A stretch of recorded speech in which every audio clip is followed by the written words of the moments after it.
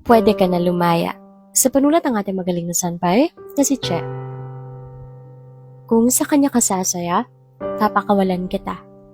Kung hindi mo madama ang pagmamahal ko para sa'yo, pwede ka nang lumaya. Kasi kahit mahal kita, kung sa kanya ka masasaya, wala akong magagawa. Kasi alam ko na nasa kanya ang pagmamahal mo na dapat sana ako ang nakakadama. Mahal kita. Pero kung wala naman akong halaga, bakit pa ako mananatili at maniniwala na walang iba at ako lang talaga? Kita ko sa iyong mga mata ang saya kapag hindi ako ang kasama at kapiling mo siya.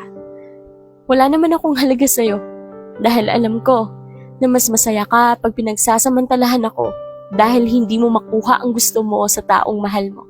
Kaya ka naghahanap ng taong magpapasaya ng panandali ang gusto mo.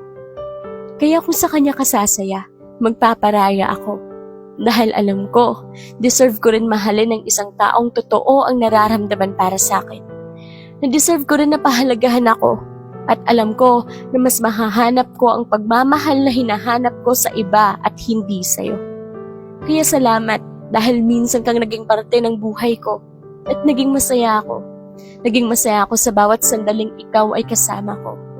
Mahal kita, pero hindi ko kayang manatili sa piling ng taong hindi ako ang gusto.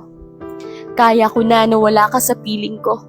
Kaya salamat sa mga panuloko mo dahil sa'yo natuto ako na hindi lahat ng taong mahal mo ay totoo rin ang nararamdaman para sa'yo.